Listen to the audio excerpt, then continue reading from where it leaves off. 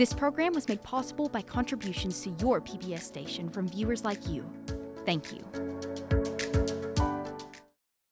Wish You Were Here. Produced under an agreement with the Upper Cumberland Development District and made possible in part through support from the United States Department of Agriculture. In the heart of Tennessee, there's a little slice of heaven you just gotta see.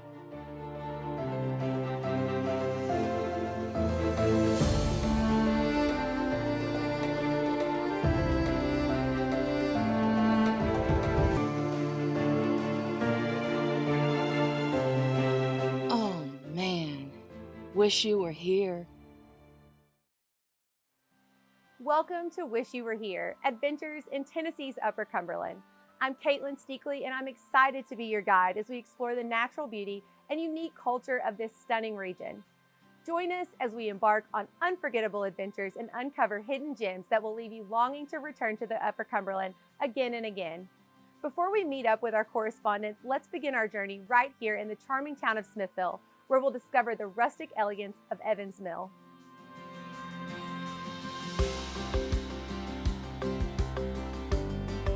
Nestled in the rolling hills of Smithville, Evins Mill is the perfect getaway for anyone looking to escape the hustle and bustle of everyday life. From the moment you arrive, you'll be enveloped in natural beauty. The resort is surrounded by stunning mountains and a thick canopy of trees, providing the perfect backdrop for a relaxing and rejuvenating retreat. I'm here today at the beautiful Evins Mill located in Smithville, Tennessee, with owner William Cochran. We are surrounded by some beautiful, beautiful water features and nature and so much history here at Evins Mill. Thank you so much for having us. Well, thank you for letting us participate. We're honored to. So tell me just a little bit about the history of Evins Mill. Well, Evins Mill started as a business in 1994, but the actual history of the property dates back basically 2 centuries. There's a Tennessee land grant that recorded this property as Lockhart's Mill in 1824. And there have been multiple grist mills on the same property since then. But the most prominent family to own this property before it was converted into a business was the Evins family. When somebody visits Evins Mill, what can they expect when they're here on site? I think they can expect several things. They can expect wonderful accommodations. All of 20 rooms that we have are going to have sight and sound of water, very similar to what you might be hearing right now. All of them have decks that overlook that creek or close to the creek. Another big part of what we offer is special event services. So we have 3 dedicated conference rooms for those groups that are coming here for meetings. We have wedding services with facilitators and banquet style seating and setups. And then obviously there's the food and beverage, and that might be the most unique and distinguishing aspect of what we do here at Evins Mill. We buy goat cheese from Harmony Lane Farms, which is just 5 minutes down the way. High quality product. We source our moonshine, believe it or not, from Short Mountain Distillery, just about 10 minutes away. Another popular beverage that we serve here is Calf Killer beer with the boys Sergio Brothers in Sparta, Tennessee. We buy wine from Northfield Vineyards, which is a winery just down the street. So that's an example of some of the local relationships that we have. There is the waterfall and the swimming hole and the hiking trails. There's a pond for fishing. There's a 1,200 square foot game hall with billiards, ping pong, foosball, dartboards. We have something we call the hammock bower, which is populated with 5 or 6 hammocks, which I don't know if that's an activity, but it's something that people really enjoy when they come here. Are there opportunities for people to visit the site on day trips? There are. In fact, we have a day tripper package and we have a dinner only package. We do invite clients by reservation to come and explore the property for the day. Those guests have access to our 40-acre property, including Carmack Falls, 2.5 miles of hiking trails, a swimming hole at its base, and all the other fun and games that we have at the property. And it also includes a gourmet sack lunch, where folks don't want to necessarily rent a room, but they want to come for a great meal. They can do that too by reservation. Now, we aren't always able to accommodate day trip reservations. If we're hosting a special event or a meeting, we might not be able to do that. So do call in advance. Well, this sounds like a fantastic place to visit. We really appreciate you having us today, and we can't wait to see what this beautiful property has to offer. Thank you for having me. So if you're looking for a getaway that combines natural beauty, fine accommodations, delicious dining, and fascinating history, Look no further than Evins Mill.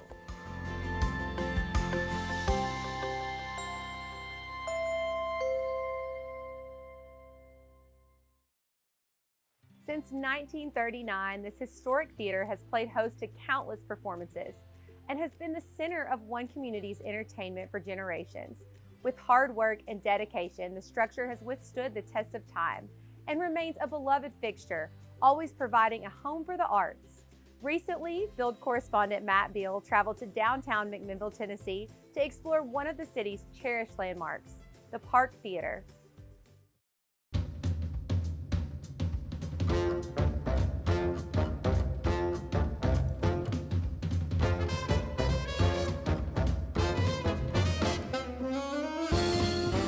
The Park Theater is a stunning example of classical architecture that tells the story of the city's rich history. The Park Theater was originally built in 1939 during the Great Depression. Its grand design and opulent interior was a symbol of hope and prosperity for the people of McMinnville during difficult times.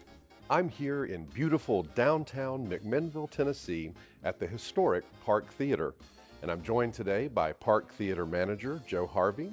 Joe, thanks so much for having us in today. Thank you very much for coming. Welcome to the Park Theater. Thank you. It is a beautiful facility.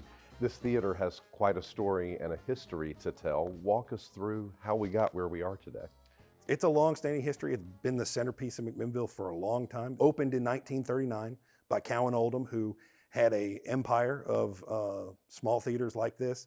They went across Tennessee and then into northern Alabama. There's still some of them standing today. There was a fire in '47 and he reopened and he came back. He said he wants to make it even bigger and better after it burned. But it operated until 1986 as mainly a movie house. It had some musical acts and some theater acts in here other than outside of movies, but it was primarily movies and operated until 1986. But in 2007, I got brought in here by one of the members of the Park Theater Group. It was concrete shell. You know, you could see daylight through that wall right there. There were bricks missing. The Park Theater Group was able to push forward and actually get it on a referendum with the city of McMinnville.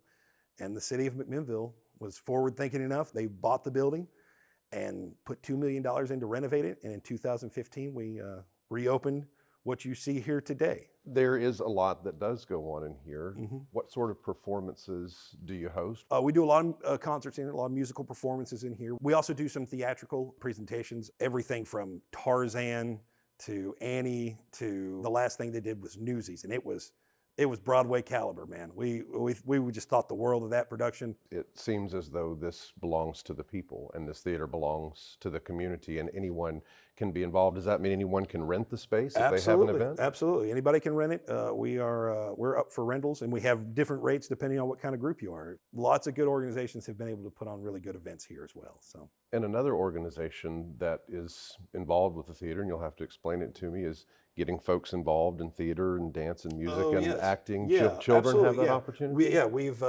So we had a Dream Reality Group is the one that put on most of the plays that we've had here.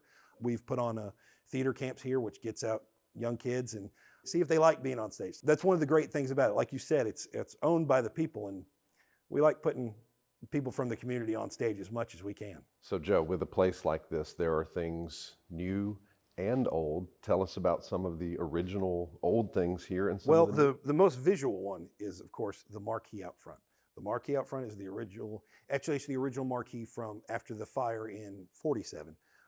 They had to put up a whole new marquee, but Cowan wanted to make sure it could be seen from outside of downtown and make it a beacon for the rest of town. And then the original projection booth is basically untouched from the way it used to operate back in the day. There's still a projector in there and some of the old tools they used to use to cut film and things like that. This is a beautiful facility and I look forward to coming back and seeing it in action. Thank you very much. Thank you guys for coming.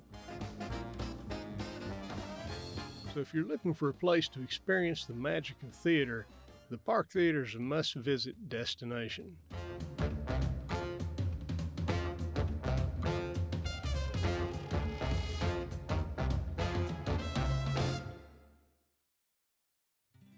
Join field correspondent Shan Stout on a journey of discovery at Cryptid Cafe, located in the charming town of Moss. This unique cafe blends delicious food and drink with a passion of cryptozoology, creating an immersive dining experience like no other. With a menu inspired by legendary creatures and mythical beasts, Cryptid Cafe is the perfect place for foodies and monster enthusiasts alike. Right on the zip, action.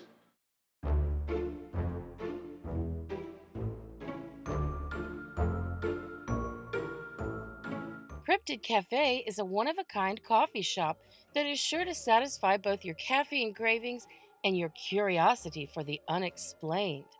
We are in Moss, Tennessee at the Cryptid Cafe. Now I'm here with owners Brian Miller and Colleen Callis. Hi guys. Hi, welcome to the Cryptid Cafe. Oh, we're excited to be here. Now, just heads up, this is the first cryptid anything I've been a part of. So there's got to be a story there. We're always keeping a lookout, and we like to find the unusual and mystical in everyday situations all the time, because we live in a really interesting world and there's always something cool to see. We interrupt this regularly scheduled program with breaking news. Mossy the Loch Ness Monster has been recently spotted along the banks of Dale Hollow Lake. The brimstone booger has recently been spotted in the woods nearby. Folks say you can smell it before you see it. Keep your eyes and nose peeled and you might have a cryptid encounter of your own during your visit to Moss. Now, this area is actually rooted in some folklore. And tell us a little bit about the origins there. We have Dale Hollow Lake's own Mossy. Mossy? Mossy is our lake monster, and she is allegedly purple with moss on her back, as you can see on our logo. So that's where the logo comes from. That is where the logo I did comes wonder. From. It is not the other way around. We definitely did not introduce Mossy to this area, for sure. Mossy's been here for as years and years. Ageless as the lake itself. Well, okay, so yeah, Mossy's getting some age on her. she is, but she still rocks it. One thing that I notice is you guys, you're close to Dale Hollow Lake, and there's camping opportunities here. There's lots of outdoor recreation. Well, there's Standing Stone Park, which is on the way to Livingston. They'll have a lot of trails, and it's a nice lake. There's plenty of places around here to go hiking. There's the fish hatchery down by the lake, so there's plenty of stuff to do. Now, speaking of your camping and boating community, you offer something very unique that most places don't offer, and that is a takeaway meal. Yeah, so our campfire meals are a typical, what they call hobo meal, where you wrap it up in aluminum foil. And we offer our really thick, hefty boy chopped up potatoes with all sorts of toppings, basically. So we'll have one that has shrimp and sausage, and that has Old Bay seasonings. My personal favorite. We have some with chicken. We have a pasta one, and we have a breakfast one too to take for the next day. Now tell us, when visitors come to Cryptid, what they should expect and maybe what the local favorites might be.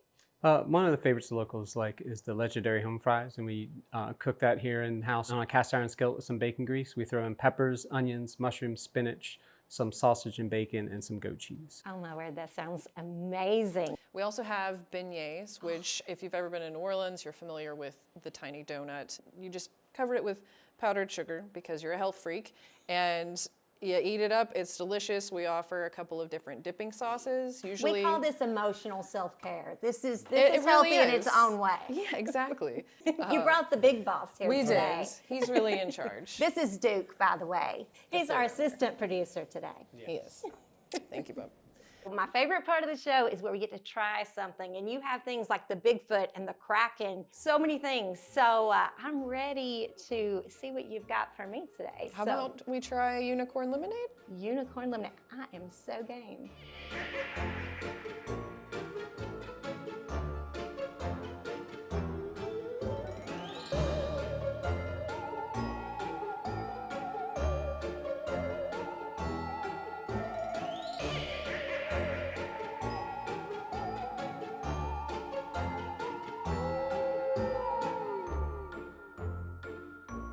If you're looking for a truly unique cafe experience, look no further than the Cryptid Cafe in Moss, Tennessee.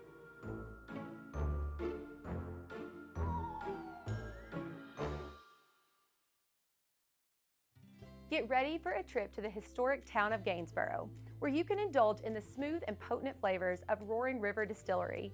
Join field correspondent Matt Beal as he talks with a master distiller to learn more about the craft and get a tasting of their signature spirits. From classic flavors to bold new concoctions, Roaring River has something for every moonshine lover.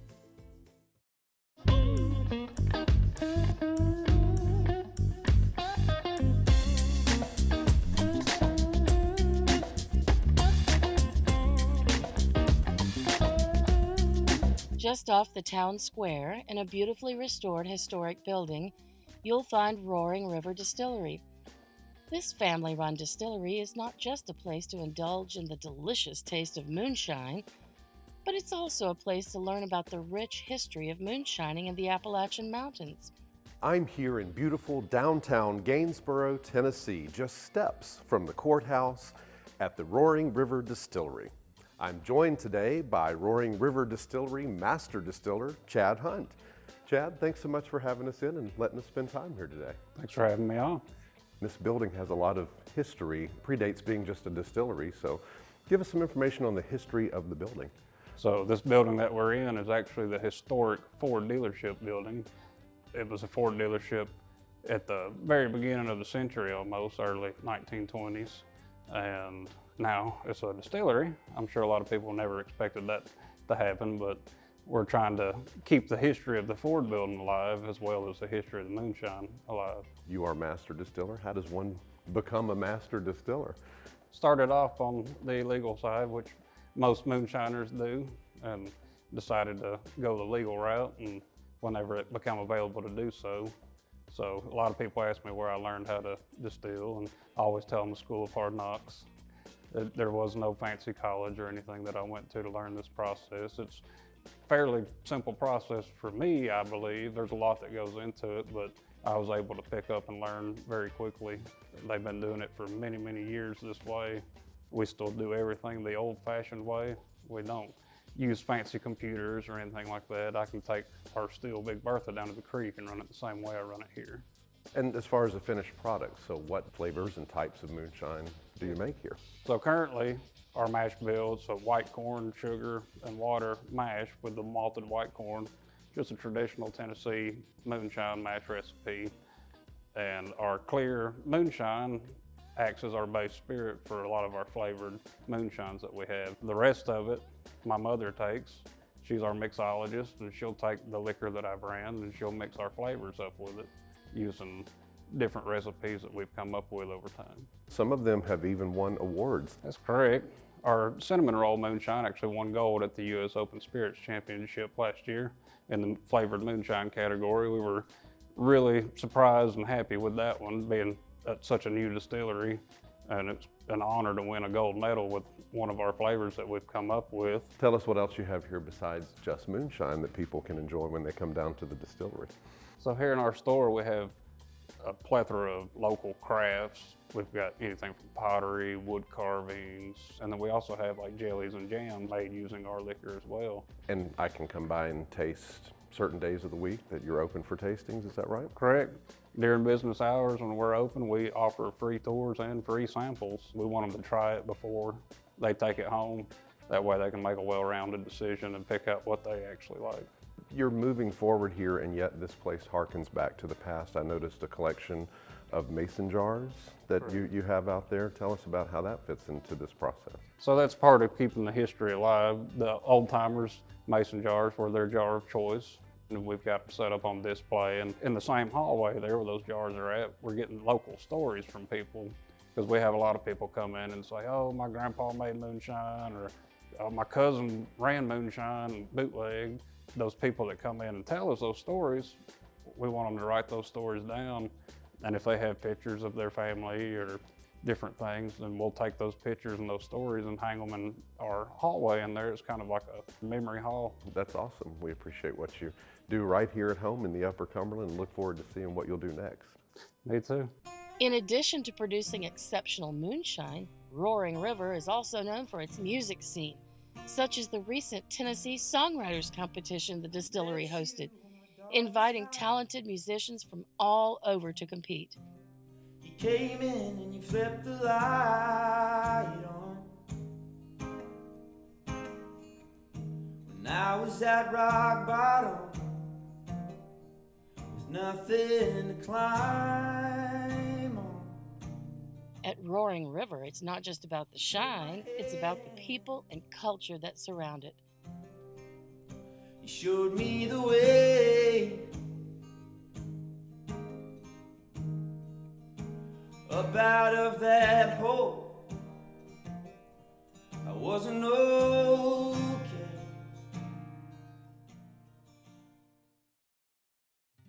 Step into the world of 37 Cedar, a charming restaurant at the center of Cookeville's historic West Side. Recently, field correspondent Shan Stout traveled to the historic West Side to chat with the owners and discover the inspiration behind their mouth-watering cuisine. From locally sourced ingredients to unique flavor combinations, 37 Cedar offers a dining experience that's sure to satisfy even the most discerning foodies. I'm a seasoned 37 patron myself. Maybe I can offer Shan some backup on this one.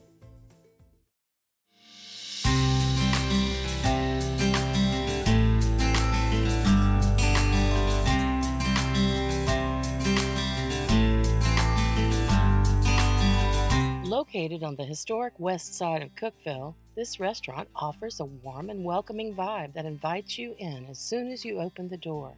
Once inside, you'll be greeted with a cozy and rustic interior, coupled with live entertainment that sets the perfect ambiance.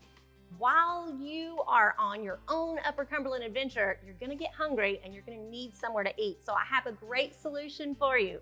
We're here at 37 Cedar with owners Kevin Maxwell and Chris Batty. And as you can see, I brought along a buddy. I could not miss this one. It is my favorite restaurant in town. Now, you're right here in the heart of the west side in downtown Cookeville. How did that come to be? Why Cookeville? Why the west side? Well, interesting story. Chris and I have been friends for 40 years now. My mom actually babysitted this guy 40 years ago, believe it or not. And we always had this dream of opening a restaurant. We started this process probably 15 years ago, where we just knew this was the spot we wanted to be with all the things going on here on the west side, and we wanted to be a part of this.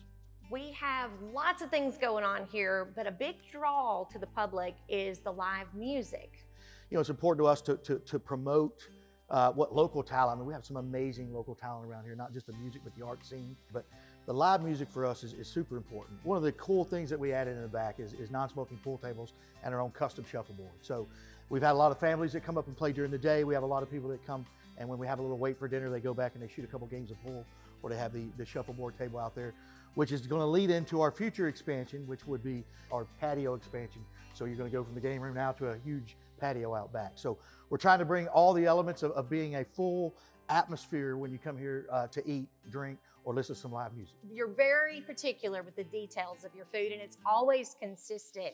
I appreciate that, and quality is obviously important. Oh yes, we're a total scratch kitchen. We make our own bread every day. We make our own flatbreads. We make all our own sauces. Well, I think it's time for the taste test. Me too. I'm super excited.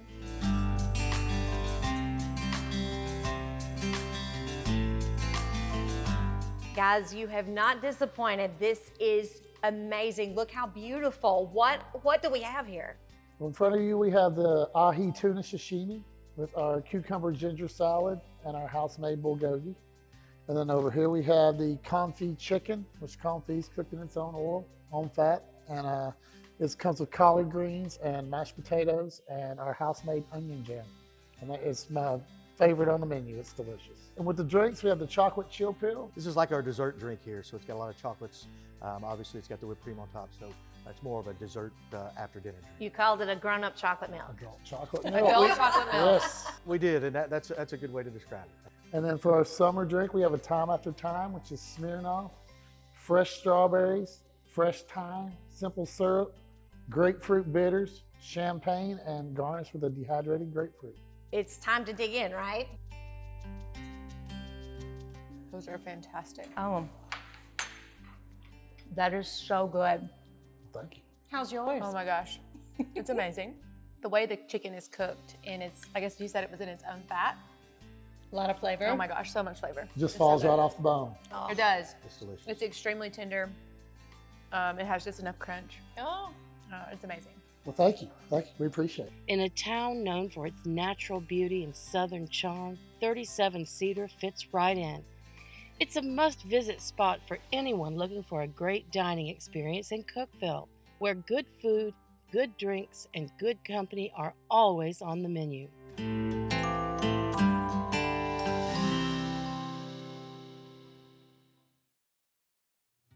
And so the journey ends where it began, here at Evins Mill. Whether you're looking for a romantic getaway, corporate retreat, or just longing to get back to nature, Evins Mill is the ultimate destination for relaxation, adventure, and everything in between. This charming mountain lodge truly captures the essence of the Upper Cumberland. Thank you for joining us on Wish You Were Here, Adventures in Tennessee's Upper Cumberland. Until next time, keep exploring.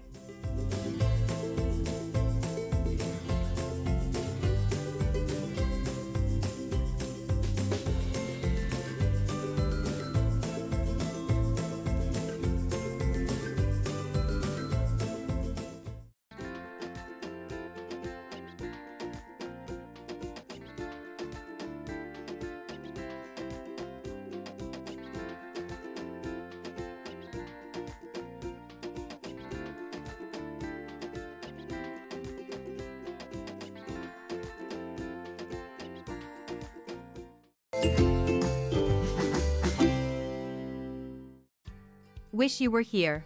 Produced under an agreement with the Upper Cumberland Development District and made possible in part through support from the United States Department of Agriculture. This program was made possible by contributions to your PBS station from viewers like you. Thank you.